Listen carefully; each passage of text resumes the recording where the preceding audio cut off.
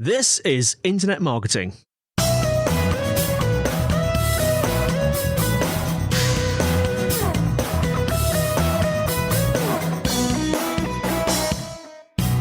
Hello and welcome to the Internet Marketing Podcast brought to you by SiteVisibility. I'm here with Felix Velarde, co-founder of the 2Y3X program and author of the book Scale at Speed: How to Triple the Size of Your Business and Build a Superstar Team. Felix, I want to thank you both for your time in coming on the podcast today, for sending me a copy of your wonderful book that I've got in front of me as well. Thank you. You were just talking about the fact that you've had a really long day full of webinars and podcasts, so I really appreciate you taking the time out. And we were just laughing and saying, hopefully, that the fact I've got you nearer the end of the day today means that I'll be able to distill some of your raw and unfiltered truths behind how to scale at speed, your marketing and business growth lessons that really you've developed and learned and distilled into this book over a 25-year career. And so firstly, Felix, welcome. Thank you. Really pleased to be here. With all these recordings and interviews, it's really interesting because we usually have a little chat beforehand just to set things up. And as you said, for me, it's been a very long day. I've done loads of interviews. I am all sound-bited out. and it was so nice when we were just chatting before this for you to be so welcoming. So I'm really pleased to be here, and thank you for having me on. Leading on from that introduction, so one of the first things that made me smile as I was doing my research for this podcast is there's a note very early on in the foreword of your book explaining how you started one of the world's first web design agencies, which I think was in 1994. And I just noted there that you've had a 25 plus year career in helping businesses grow. And it really made me smile because I thought back in 1994, I don't even think I knew all of my limbs at that point. And so I've got so much that I can learn from you. And well, just in front of me, it's really hard always to distill and to describe the breadth of someone's career. You have many accolades. You have been an author, chairman, non-exec director, speaker, CEO. There are just so many positions that you've held. But the interesting thing to me, as I was looking over your career and through your experience, is that everything seems to be, well, there are some key fields. So the thing that stood out to me is that there's a lot of focus around culture and organization. Value proposition is something that stood out to me. Focusing on strategy and planning, not as opposed to tactics, but maybe differentiating clearly between strategy and tactics seemed to be something that you were passionate about, and understanding the differences between the two. And the thing that really stood out to me, though, more than anything, as I looked at Scale at Speed and I was thinking about the intro to this episode, is why do things fast? Why do we need to focus on scaling at speed? Is that something that's personally motivating to you? And I say that in context of just life's pressures in 2021. So much is fast moving, particularly in marketing and in business. We put so much pressure on ourselves to do things fast. And sometimes I think we can lose, sometimes that leads to burnout. We can lose our passion. And I'm just interested to know where your drive for scaling at speed comes from as a starting point for this episode. It's a good observation and an interesting question. I don't believe in doing things fast, particularly.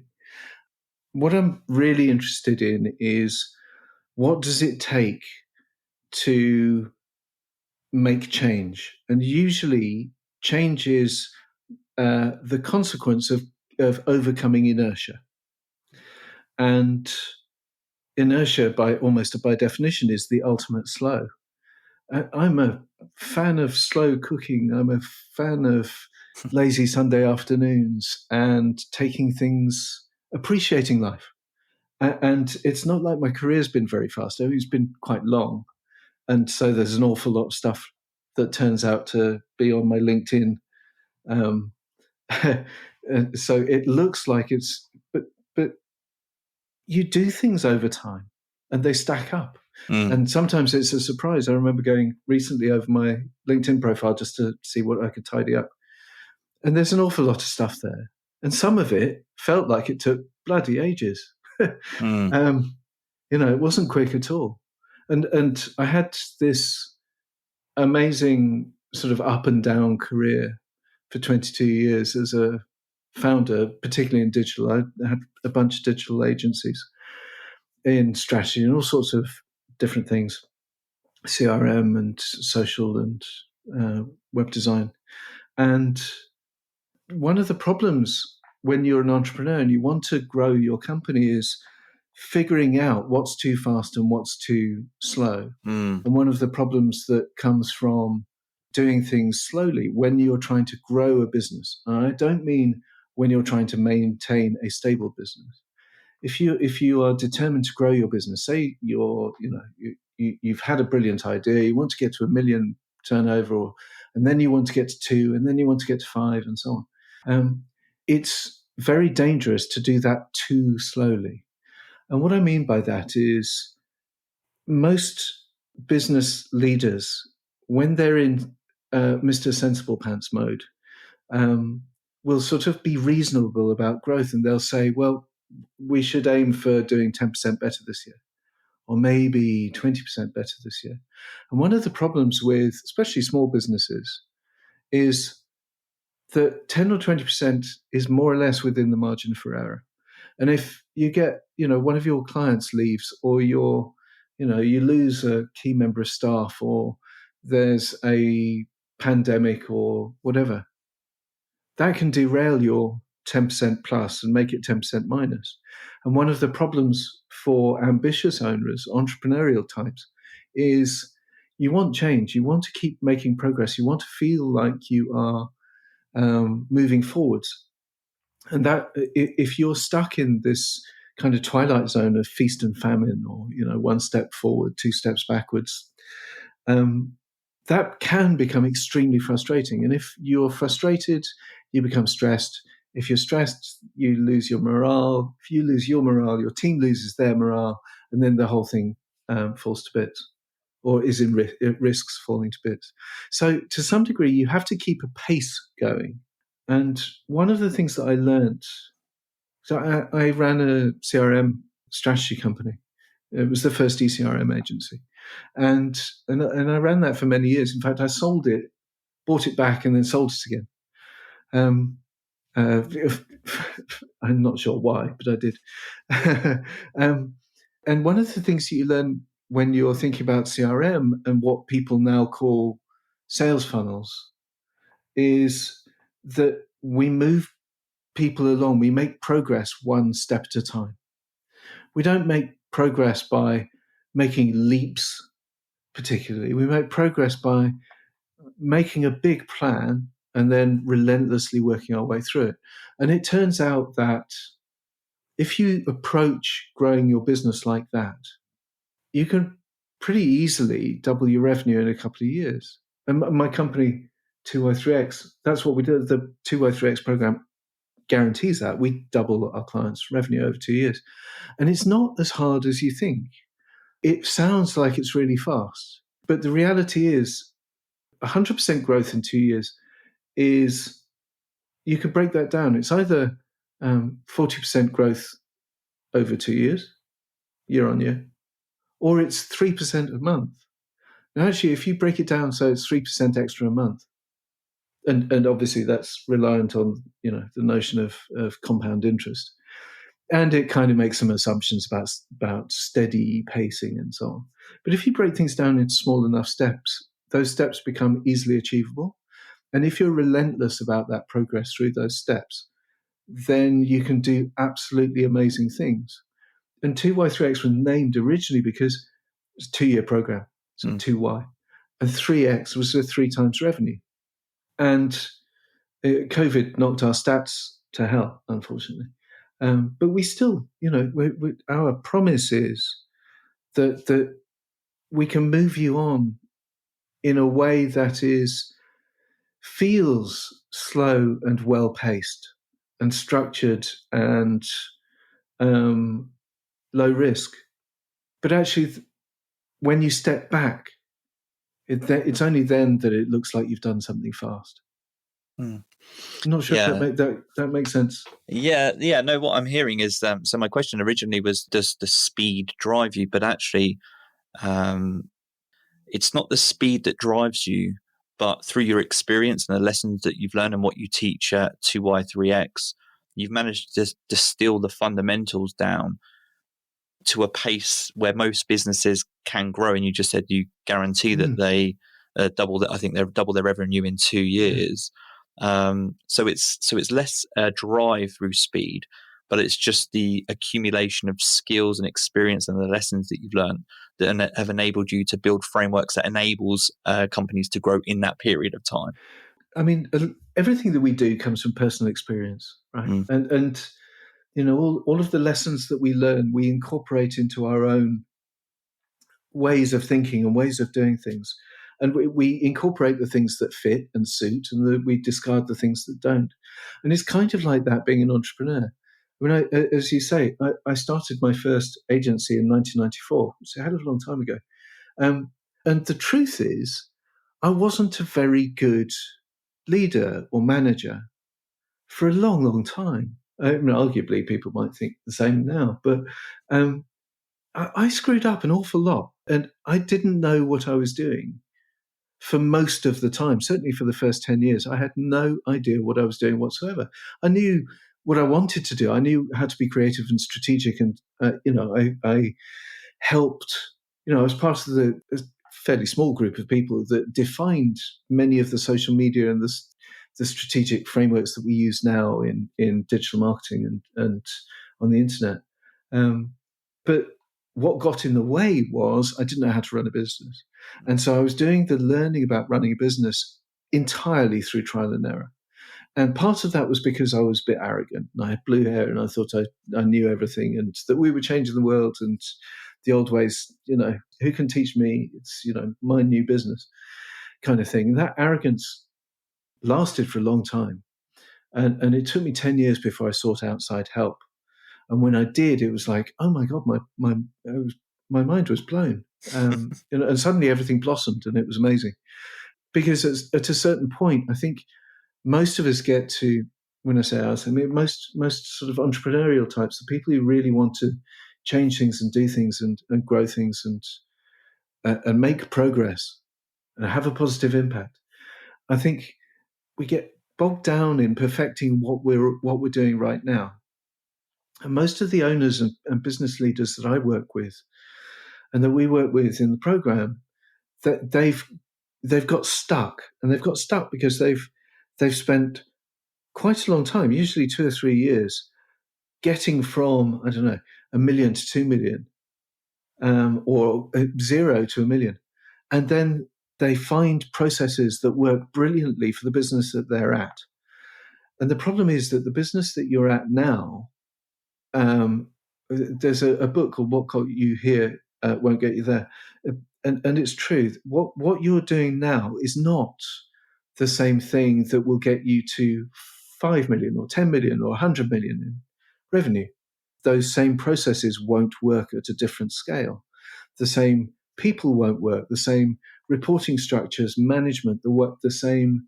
If you've got a client who currently pays you, I don't know, 50 grand a year for you to give them service, a client that's going to give you £500,000 a year or £250,000 is going to want entirely different things. They're going to want different kinds of management, different reporting, different techniques, different results, different workflows, and so on. So the stuff that you're doing now that you've perfected, that you've got a team who've made it work, this is no longer, if you picture yourself in a couple of years' time, double your revenue, what you're doing right now ain't going to be fit for purpose.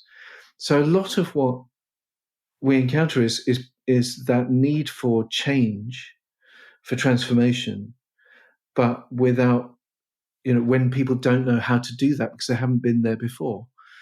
And it took me, as I say, I had 6 agencies and I ran an agency group. It took me an awfully long time before I realized that I now knew what it looks like on the other side of that growth plateau.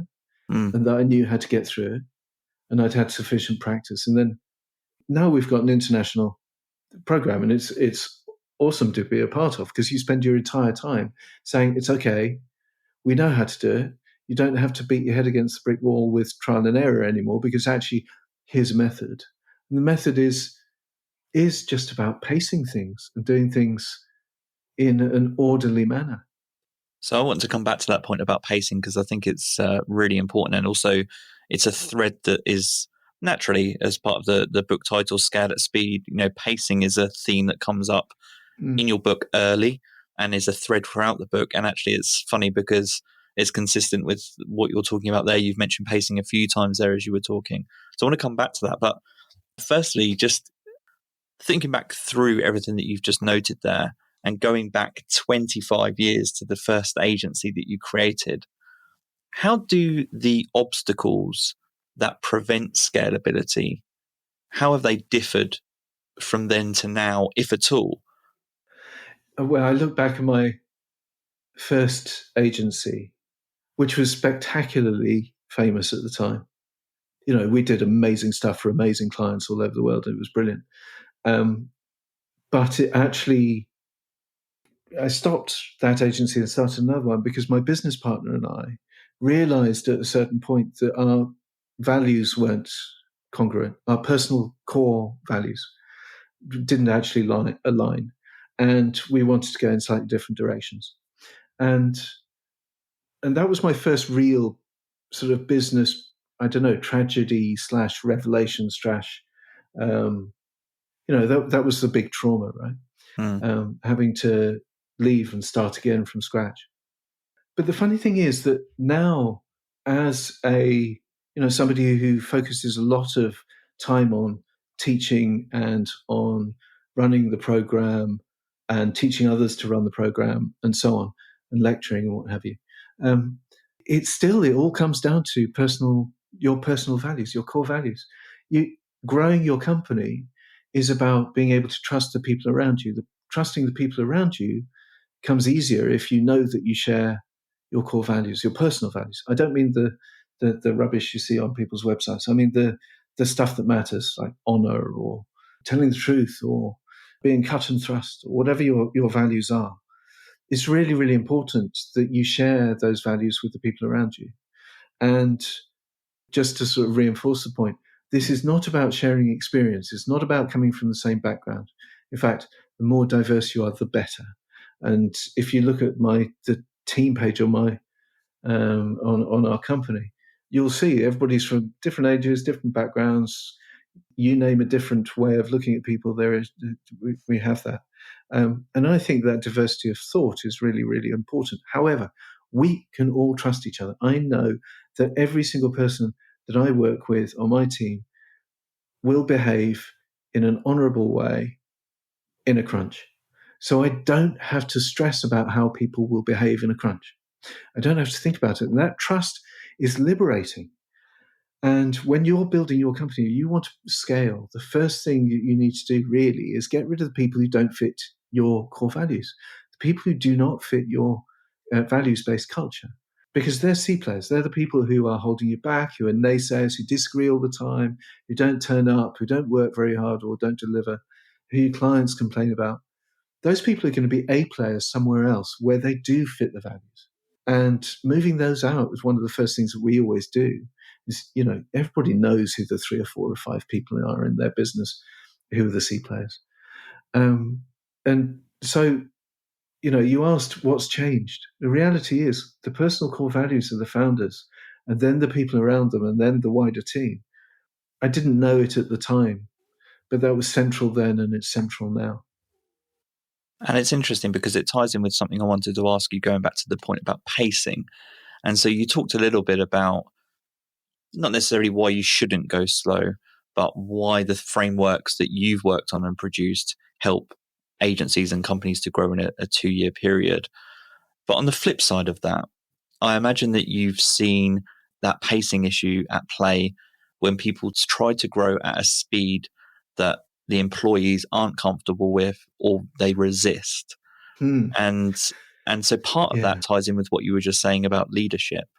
But I'm just interested to know, how do you overcome that pacing issue? Trust seems to be a really important part. So you've got to know that the people around you trust that you're doing things at a pace that is well informed and that is not to make anyone feel uncomfortable or out of place. Right, I'm not sure that I agree necessarily with the premise of that. Your employees and staff of a company will, by and large, do anything that you say. Right, your job is to tell them what to do from their point of view. Right, that's not good leadership, but that's what people expect. Okay, so you don't really need to worry that your employees and staff think that you've got this, because they either trust it already or they're not there. Mm-hmm. So it's not about that. It's about how do you make progress and change acceptable when normally, as a leader, when you ask people to change the way that they do things, or you tell people that you are going to change things, most people are naturally conservative. Most people are quite happy doing what they want to do, what they do right now. And, to improve and to be able to learn a bit more and so on. But most people don't want big change. It's not, we're built for stability. Mm. Leaders who want to grow their companies they recognize that you need to change. And that what I talked about earlier about, we perfect the system that we've got. And in order to make the next step, you've got to some degree, you've got to create a whole new set of processes and then transition between the old way and the new way. Now, that's quite a wrench. It's a proper transformation.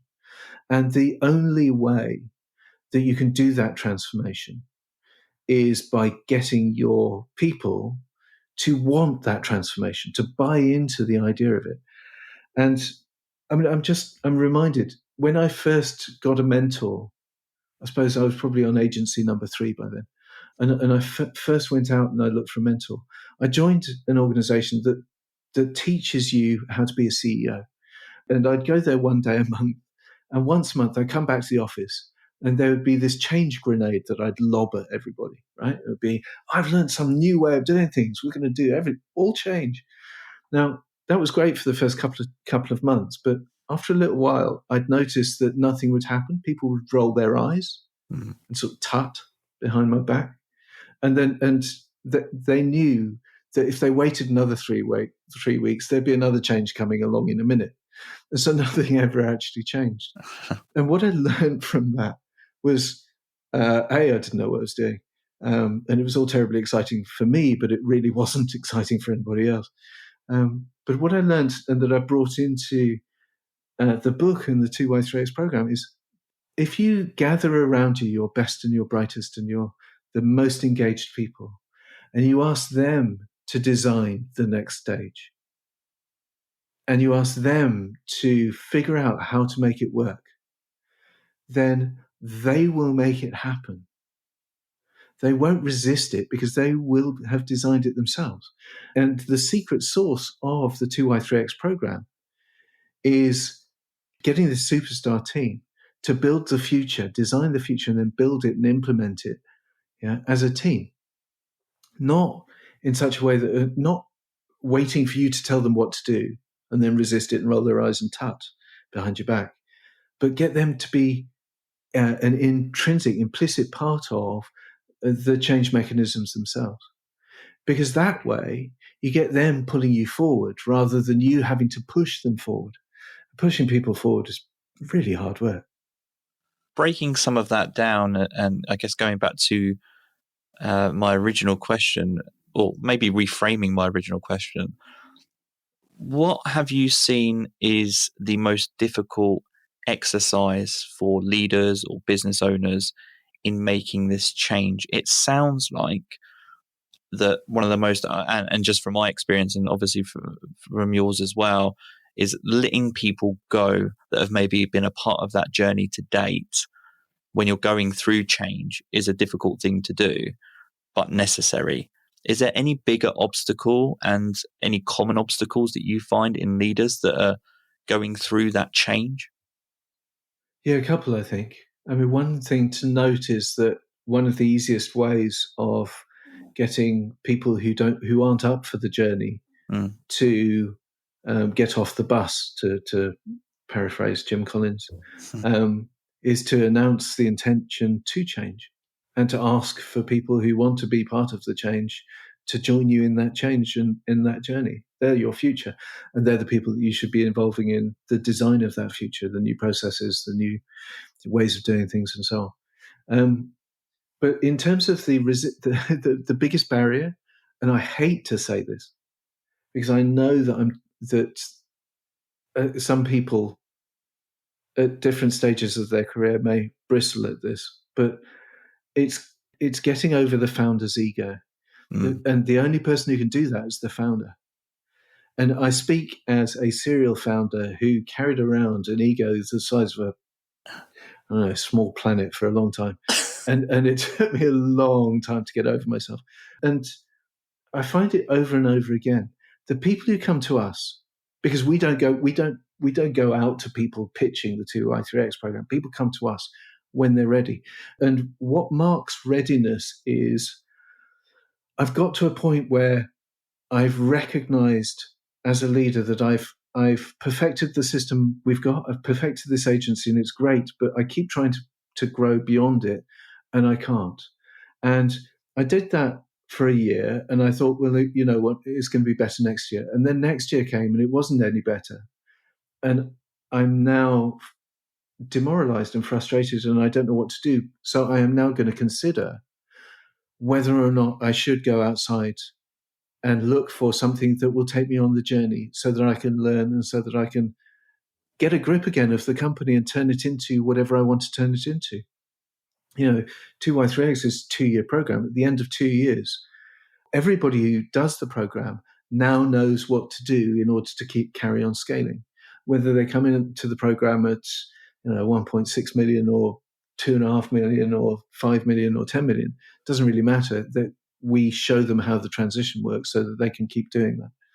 And so that's the only real blockage, is we have to wait for the owner to be ready to do it, because we can't persuade an owner that they ought to do it if they're not ready for it.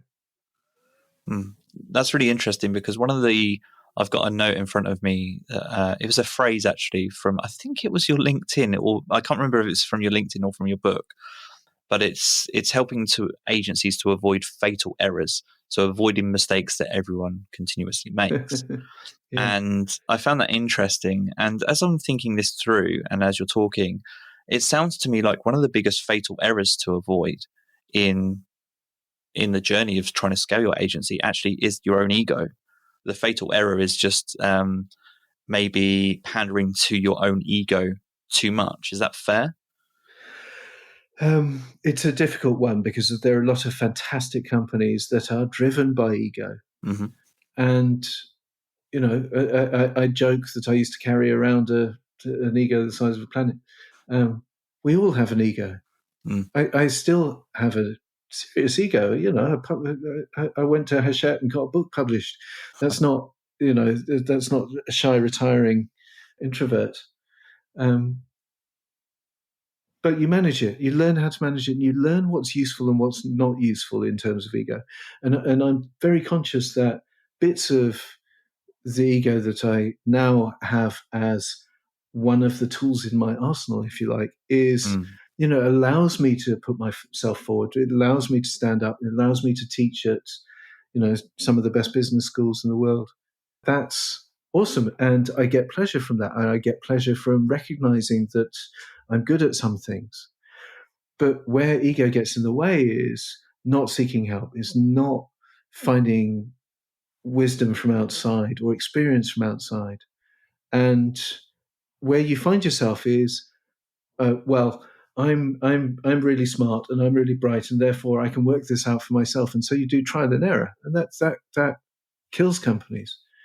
And I talked earlier about growth being, unambitious growth targets being within the margin for error. Even if you set an ambitious growth target, trial and error will knock that back down to a level where you're still within the margin for error, just because you're increasing the risk and the odds of failure. So ego's incredibly useful. It's what got your company started. It's what gives you the confidence to be able to go out and convince people that you're onto the right thing. But it can get in the way. And I wish I had known for the first half of my agency career that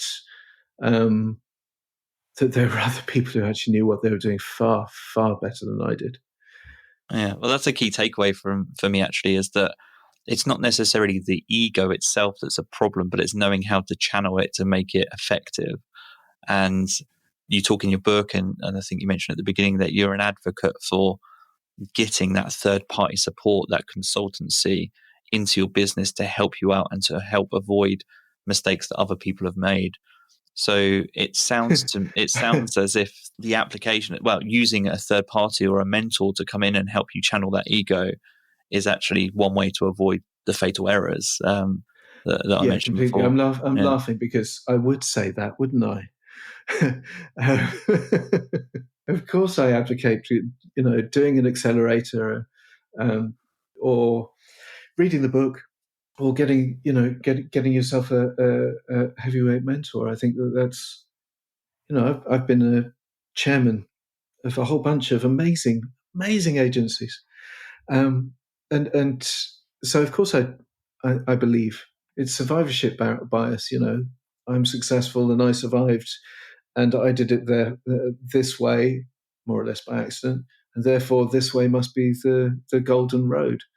But it does make life easier, and if you want to do it all yourself and you do want to muscle through and you want to go through the trial and error and so on, then fantastic, more power to your elbow.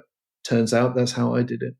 But if you don't, and if your ambition is that you want to turn your company into an international company, or you want to be 5 times bigger so that you can do an employee-owned trust, or turn yourselves into a social impact company, or make a dent in the universe, or sell and retire early, then it's worth considering whether or not the pragmatic idea of getting somebody in to sort it out for you might not be a good one. And it doesn't have to be me. It doesn't have to be my company or my consultants.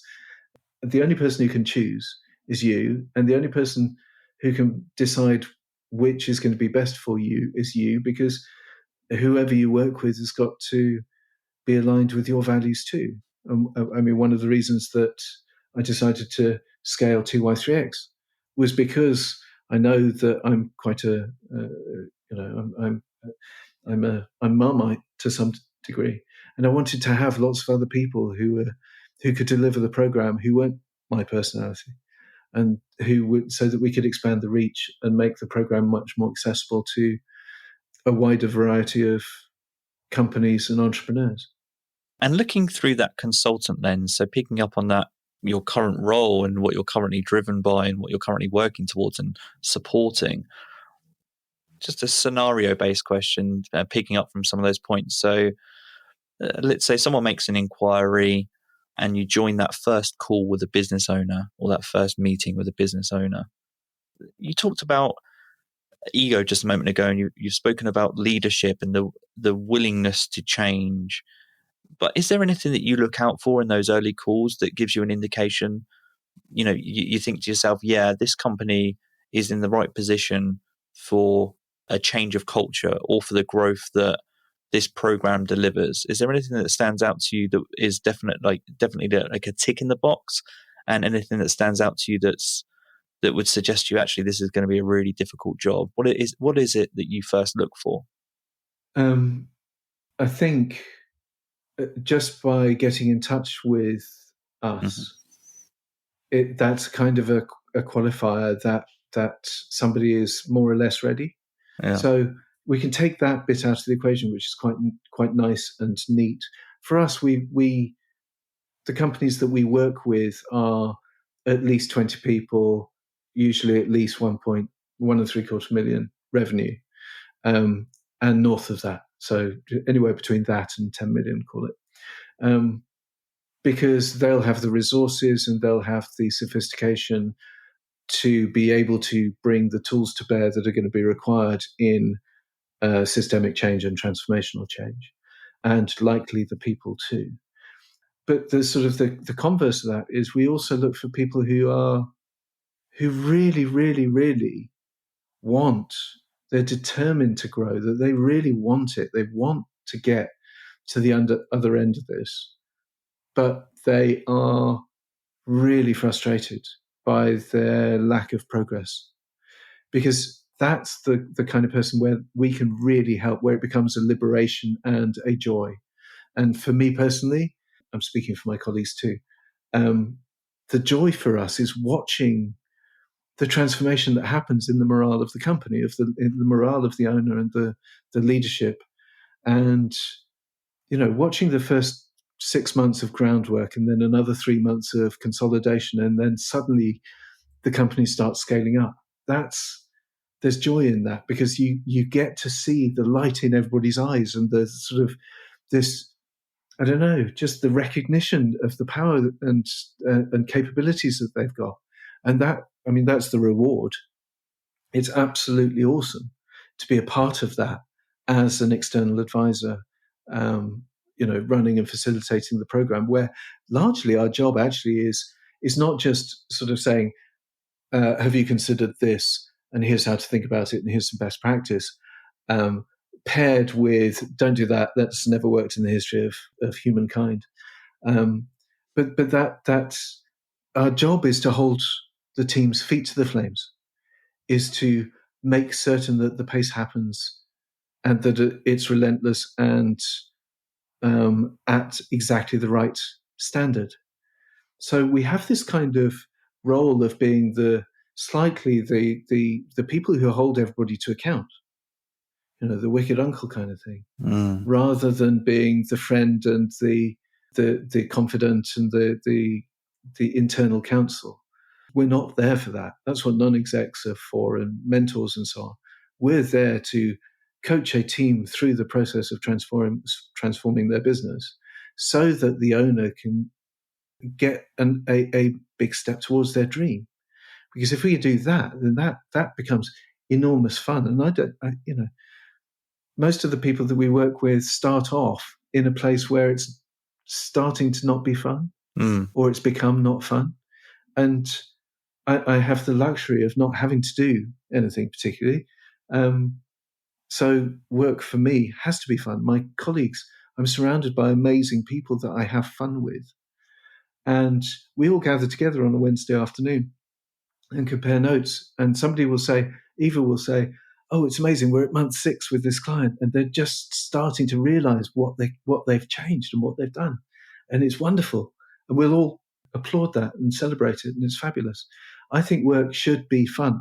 I passionately believe that we have a choice. As entrepreneurs, we have a choice. Are we doing this because we're enjoying it, or are we doing this because we set off on a path, and even if the book is terrible, we're going to finish it no matter what, right? Which is a decent enough metaphor. If it's a terrible book, sometimes you've got to put it down and start something else. And I know that when I was an entrepreneur and I screwed things up, which I did a couple of times, I did an infinite number of times, but every time I screwed up, there was one agency that I ran that I really cocked it up big time. I got it wrong, and I made the mistake of having got it wrong. I then sold it, and then I looked at it and at the buyers, and a couple of years later, I decided to buy the business back because I thought I could do it better. I now knew what the answer was, and so I bought the business back, and I doubled its revenue in a year. But that was a mistake. I'd left the business because I'd sold the business because it wasn't fun, because I was in the wrong place doing the wrong things. And I'd bought it back through some kind of bizarre hubris, I think. And it took me about a nanosecond to realize that, yes, I could turn it into a success, but boy, couldn't wait to sell it again. So that's what I did. I think work's got to be fun. And so you either decide to stop doing it or you decide to do something about it. And that's where we come in, or others like us come in. Yeah, that's really interesting, because you were talking about maybe the first 6 months of working with a company and the joy of seeing them go through change and sharing notes with your team. But across the 2 years, do you see any trends with businesses that hit a plateau, or you see that on the horizon as you're working with them, and then you as an advisor have to motivate them to get through that? The reason I'm asking that is because I'm thinking about, you talked earlier about one of the first decisions is making sure you've got the right team in place, and you let people move on that just aren't bought into the vision or aren't bought into the future of the company and where you're going. And so that leaves you with, in theory, a highly motivated superstar team. And so your goal, I imagine, is keeping them motivated. And I suspect that because they're the staff that you've kept, or they're the employees that you've kept because you trust them, they'll be self-motivated to an extent anyway. But do you still see superstar staff hit a plateau and become demotivated as part of that process because it's so challenging? Never. Right. And part of it is, I mean, if we're working with a company with, call it 30 people, we'll have probably 5 or 6 people, including the owner, on the growth lab team, which is this forward-looking team. It's not the senior management team, by the way. This is just the superstars, and from across the business and across seniorities.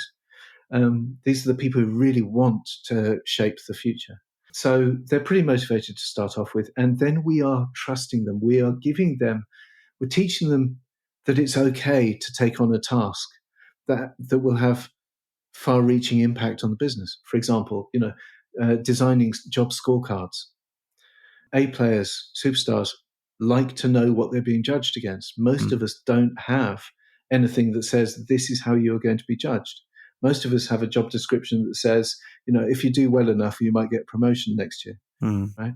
A job scorecard says your job is to increase the revenue from your existing client base by 50%, to increase the satisfaction score by your clients in account management from an average of 86% to an average of 95%, and so on and so forth. So you know exactly what you've got to do. And then you're mentored through that process. Now, once we give a task like that to somebody on this team, we then give them the tools so they can do the research to find out what great looks like. And then they prototype what they've come up with. And then once they've prototyped it, they roll it out. Now, that takes 3 months, that whole process, to implement a significantly transformative change in the business. They've taken ownership of it. They've done the research. They've figured out how to make it work in their business, because their business is unique, for them and for their colleagues.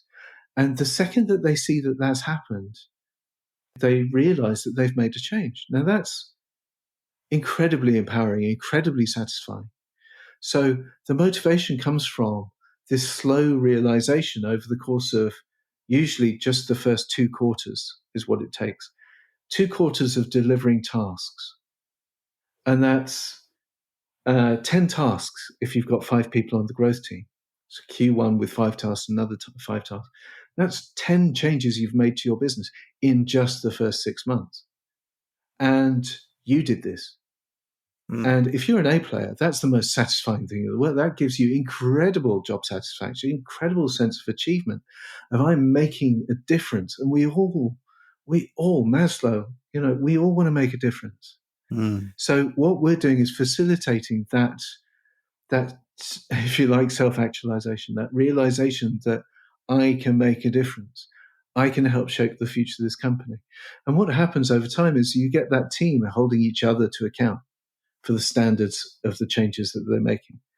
And so by the time we leave after 2 years, we've got a team that is the future of the business, that I don't mean owns it in a shareholder sense, but owns it in a confidence and an ability and a capability sense.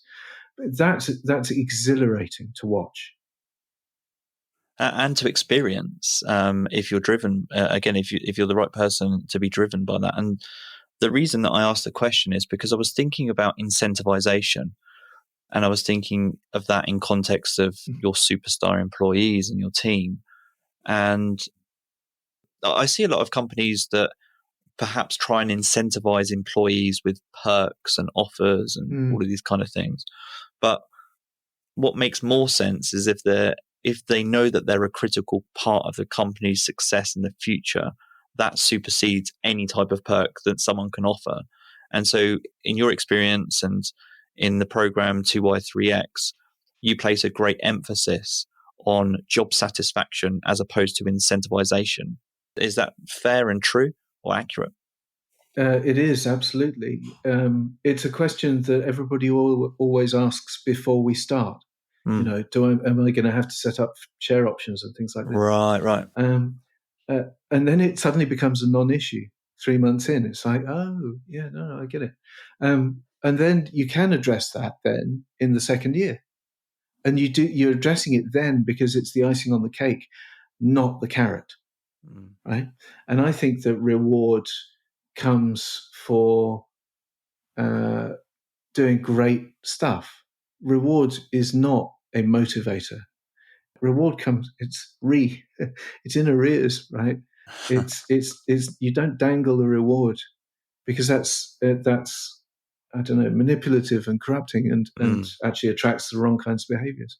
One of the things that I've seen with some of the companies that we've worked with, people like Decent, who are an amazing company from a culture point of view, they've done a lot of work on rewards and incentivization. And one of the things that they realized was that even though you go into this as a leader thinking, well, you know, I'm going to have to pay people more, or I'm going to have to give them share options or whatever, all of which are good, by the way. Please pay your people more. The more you pay them, the better people you'll get. But some people are actually far more motivated with a sense of achievement, a sense of changing things, or with you saying, I tell you what, instead of us giving you a bonus, would you like to pick a charity? And about a third of people will actually forego a financial reward in favor of giving that to a cause that they believe in. And sometimes you can build that back into your company as well. So I think incentives, I think if you go back to the core human drivers, you know, what are our values, and address those when you're thinking about incentives, rather than just the sort of easy, let's give bananas on Tuesdays and a football machine and a raise every year. You're addressing the middle bunch of people, your B players, with those kinds of things. You're not addressing your superstars. And the thing I learned about management eventually was don't focus on the C players and try and make them better, because you won't, because they're in the wrong place. Don't focus on your B players, because superstars want attention, so they will then become B players so that they get your attention.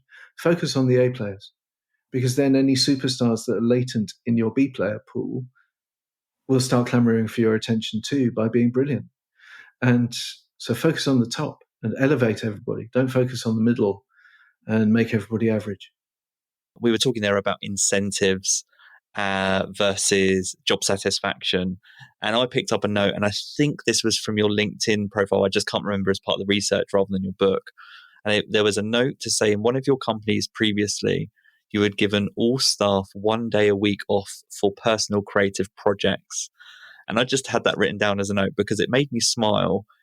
I also thought, wow, that's a really bold decision or choice. And I just wanted to know a little bit more in closing for this episode, because it ties really nicely in with the job satisfaction point I think we were just discussing. If you can talk me through maybe how that decision was made, the type of company you were in, and what some of the outcomes were. Sure. So this was my second agency. This is the agency post my first, where I hadn't shared my business partner's values and vice versa. Right. So my new agency, this was at the beginning of 1997. It was called Head New Media. And I started that with Jason Holland, who is a genius creative. He was the world's most awarded digital creative for quite a long time, and a truly lovely man. And we genuinely shared our core values. And when we started our agency, we sat down and discussed what kind of agency we wanted it to be.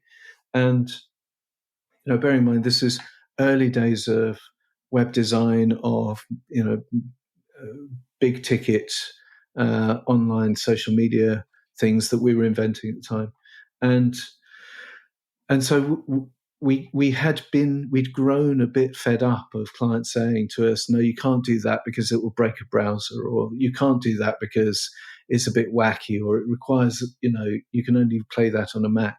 And so we came up with this thing called Headspace, the Headspace project. The Headspace project was basically, it was the world's first online creative gallery. And we invited participants from all over the world to join this gallery and take a space in Headspace and just play. And the only rule was this has got to break something. And you'd go there frequently, your machine would crash because there was some wacky, Java application on there that one of our programmers had invented. Anyway, we were doing this for ourselves, and we just felt that, we wanted to recruit amazingly creative people. And so when we recruited people, when we finally hired them, we said, right, for the first month, we want you to build your first Headspace project, whatever it is. And we had an amazing guy called John Landberg who came along, and he did crop circles. And so he created a website called Circle Makers.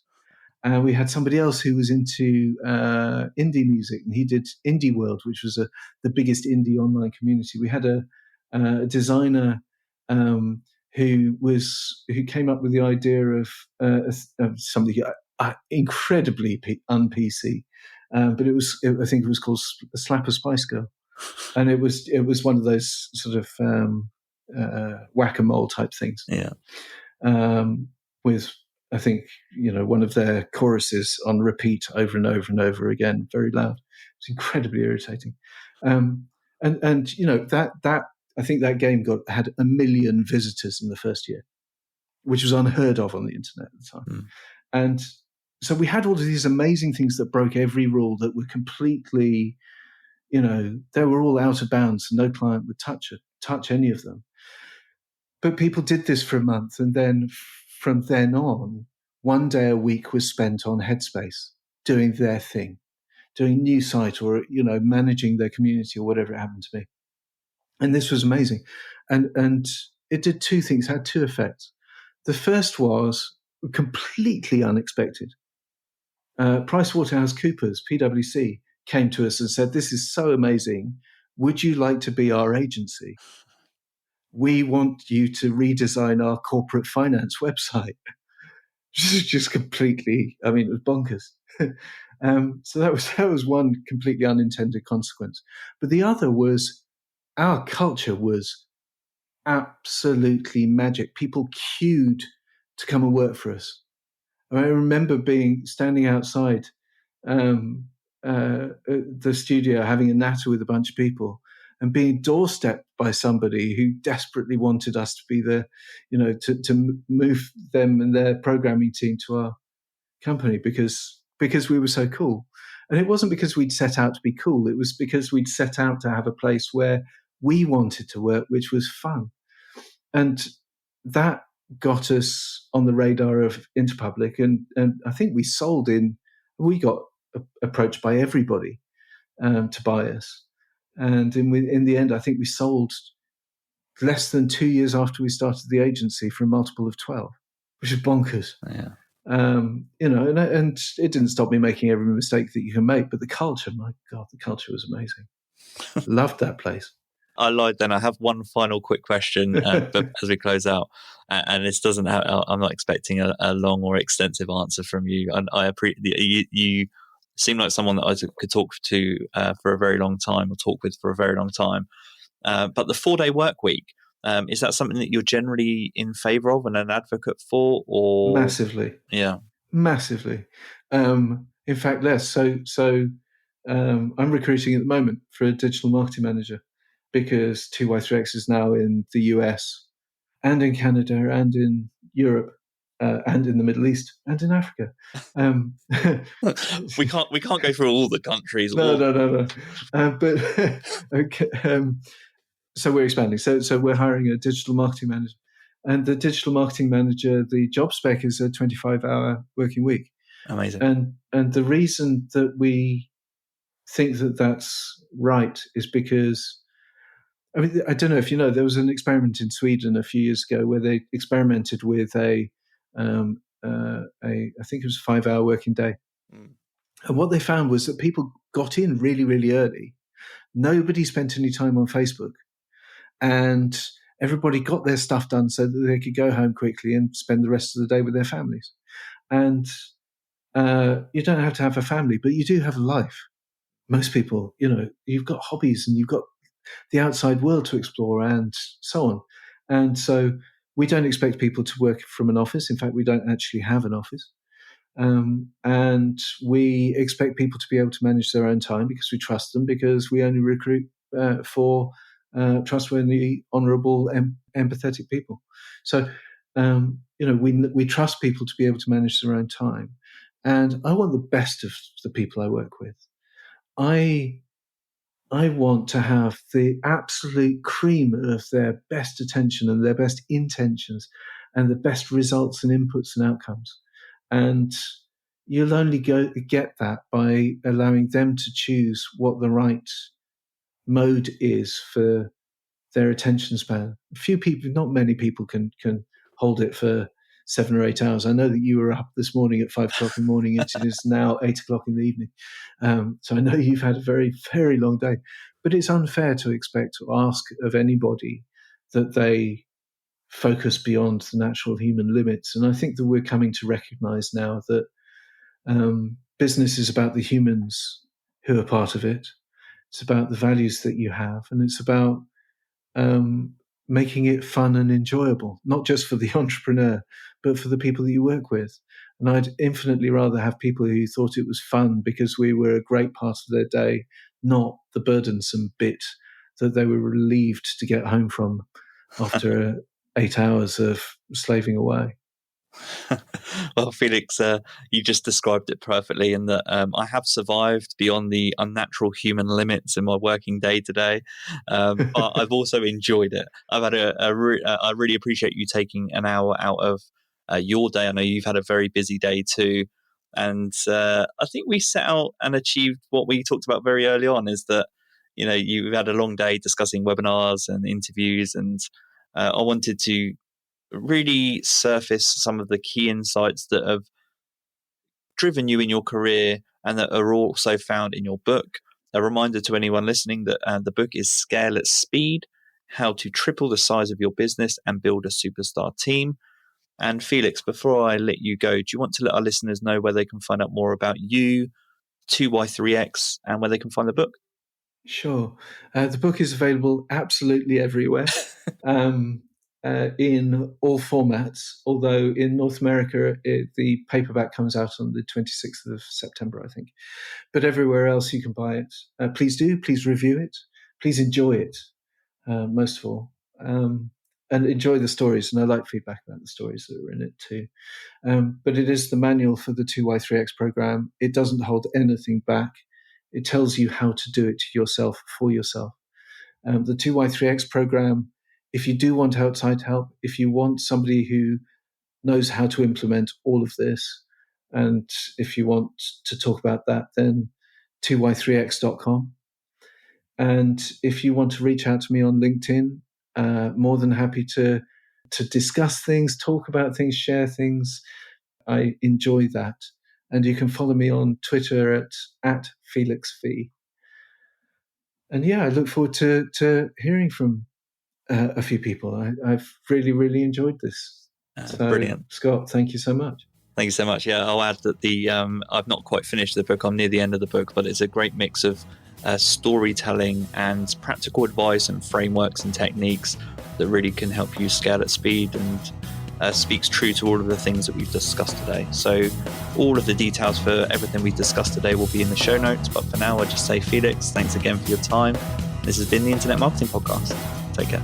Thank you very much.